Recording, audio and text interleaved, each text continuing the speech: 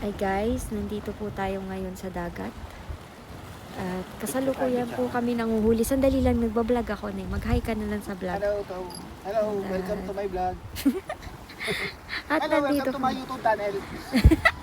Kaya lang po, wala pa kaming nahuhuli. Ilang oras na tayo dito? Pwede po na 2 hours? 10. Naka 2 hours na kami.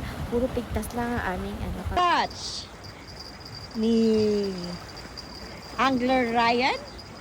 Tingnan natin. Mag-ingat ka po. First catch. At long last, pagkaraan ng 3 oras, naway malaki yan. Bumalik ka na lang din eh. At syempre, nag-aalala tayo dyan. Kasi baka masyado malaki yung huli niya. Baka mas malaki ang kilo. Dahil mukhang nahaltak ang kanyang mga ang kanyang pamingwit. Ayan. Yan. At dahil dyan, ang nahuli lang niya ay nakawala. Ang bagal mo kasi. Ay, hindi, meron pa. Sumabit. Nakawala. Sa aquarium ka na lang tumanguli. Welcome to my YouTube channel. Wala pang huli. Mga panguli, malas. Mabuti pa sa bridge may huli. Dito, wala. Guys, ito ang buhay ng mangingisda na wala pang nahuhuli. Say hi! Hi!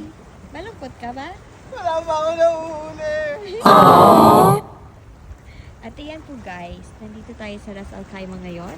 And up to now, ilang hours na kami dito. Wala pa yung tanong. Hindi pa oras. Darating din ang tamang panahon. Ayan. Doon kami galing sa side na yon.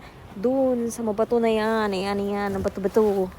Ito, puro bato. Ayan. Extra challenge. So, nandun yung tent namin sa dulo. At ayan, wala nang tao dito. Kami lang, matyaga. Kanina may nakahuli na malaking isda. Kaya si Ryan, umaasa pa rin. Umaasa pa rin siya, makakahuli siya. Dito kami sa batuhan. At wala pa kaming huli.